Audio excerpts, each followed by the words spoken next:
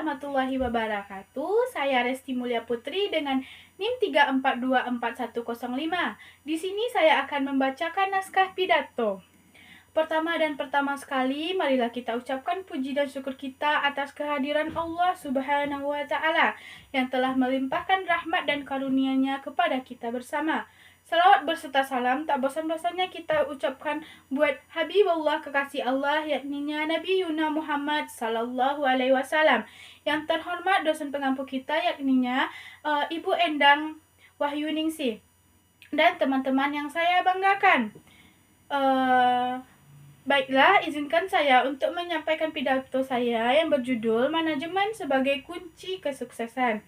Di sini saya berharap apa yang saya sampaikan nanti tidak hanya sekedar kata-kata, tetapi dapat menjadi pemantik semangat untuk perubahan yang lebih baik ke depannya. Semoga kita semua dapat memahami dan menjalankan pesan-pesan baik yang disampaikan dalam pidato nantinya. Baiklah, untuk tidak memperpanjang kata-kata mukadimah, saya akan lanjut kepada penyampaian pidato. Manajemen bukanlah sekadar teori yang dipelajari di ruang kelas ataupun seminar-seminar. Manajemen adalah seni dan ilmu dalam mengelola segala sumber daya yang kita miliki, baik itu waktu, tenaga, maupun keuangan, agar dapat mencapai tujuan dengan efisien dan efektif. Dalam kehidupan sehari-hari, manajemen dapat diterapkan di berbagai aspek. Dalam keluarga, kita perlu mengatur keuangan contohnya, agar kebutuhan rumah tangga kita terpenuhi dengan baik. Adapun di dunia kerja, manajemen menjadi kunci dalam mengatur tim, membagi tugas, hingga menentukan strategi perusahaan. Bahkan sebagai individu, kita pun harus mampu mengelola waktu dan prioritas agar dapat mencapai keseimbangan hidup. Ada tiga hal yang dapat menjadi pilar dalam manajemen yang baik. Yang pertama itu ada perencanaan, di mana perencanaan ini sebelum melakukan sesuatu, kita harus punya rencana yang matang, yang jelas untuk kedepannya. Perencanaan membantu kita memahami tujuan dan langkah apa yang perlu kita ambil untuk ke masa yang akan datangnya. Yang kedua, ada pelaksanaan. Sebuah rencana tentu hanya akan menjadi angan-angan tanpa tindakan yang kita lakukan. Oleh karena itu, pelaksanaan yang disiplin dan konsisten sangat penting untuk merealisasikan tujuan yang telah dirancang. Yang ketiga ada evaluasi. Evaluasi setelah menjalankan rencana, evaluasi menjadi langkah akhir untuk menilai apakah tujuan kita itu tercapai atau sebaliknya. Dari evaluasi ini, kita belajar dari kesalahan, memperbaiki strategi di masa yang akan datangnya. Lalu, bagaimana cara menerapkan manajemen dalam kehidupan kita? Yang pertama ada memulailah dengan mengatur waktu secara efektif. Buatlah seperti jadwal harian dan tetapkan prioritas kita. Ingat, waktu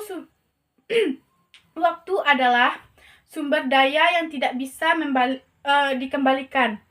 Kedua, kelola energi dan fokus.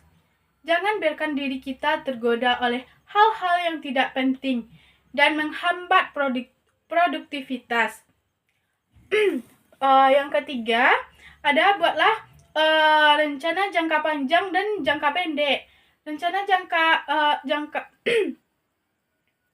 Dengan rencana yang jelas, kita memiliki peta jalan menuju tujuan kita. Kesuksesan bukanlah hasil dari kebetulan. Ia adalah akumulasi keputusan kecil yang kita buat setiap hari. Dengan manajemen yang baik, kita dapat mencapai potensi maksimal dan meraih kesuksesan yang kita impikan. Mari mulai menerapkan prinsip-prinsip manajemen dan dalam kehidupan kita sehari-hari. Karena itulah kunci untuk membuka pintu kesuksesan di masa depannya. Mari kita lihat contoh-contoh perusahaan besar. Mereka tidak hanya sukses karena inovasi, tetapi juga karena memiliki sistem manajemen yang kuat. Sebaliknya, banyak perusahaan yang mengalami kebangkrutan bukan karena kekurangan modal atau ide, melainkan karena kegagalan dalam memanajemen waktunya. Dalam era digital dan globalisasi ini, manajemen yang efektif juga berarti kemampuan untuk beradaptasi dengan perubahan. Kita harus mampu mengelola risiko, merencanakan strategi jangka panjang, dan memotivasi tim. Tanpa itu, kita akan tertinggal jauh. Sebagai profesional, mari kita terus belajar dan mengembangkan keterampilan manajemen kita. Ini bukan hanya tanggung jawab pemimpin perusahaan, tetapi setiap individu dalam organisasi dengan manajemen yang baik, kita dapat menciptakan lingkungan kerja yang produktif dan mencapai kesuksesan bersama. Manajemen dalam konteks organisasi sosial bukan hanya tentang mengatur program atau kegiatan. Ini tentang bagaimana kita mengelola anggota kita, sumber daya kita, dan visi dan misi kita. Tanpa manajemen yang baik, potensi besar dari sebuah organisasi bisa hilang. Kita bisa kehilangan arah, sumber daya, terbuang sia-sia. Dan semangat anggota pun bisa memudar karena tidak terorganisasinya. Potensi dari tidak adanya manajemen dari organisasi kita. Sebagai contoh, ketika kita merencanakan sebuah program sosial, manajemen yang baik memastikan bahwa setiap tahap yang kita lalui, mulai dari perencanaan hingga evaluasi nantinya berjalan sesuai tujuan. Kita harus mampu mengidentifikasi kebutuhan masyarakat, mengatur sumber daya dan dengan efisien atau efektif, dan mengevaluasi hasil kerja kita. Namun sebaliknya, jika manajemen yang kita rencanakan tidak berjalan dengan baik atau tidak lancar, maka kita akan mengalami kegagalan. Dari situ kita perlu menerapkan manajemen dalam kehidupan kita supaya kita kedepannya akan lebih terarah. Sekian penyampaian pidato saya. Terima kasih. Terlebih dan terkurang saya mohon maaf jika ada salah kata. Itu berasal dari saya sendiri, dan jika itu benar, itu berasal dari Allah Subhanahu wa Ta'ala. Sekian, terima kasih. Assalamualaikum warahmatullahi wabarakatuh.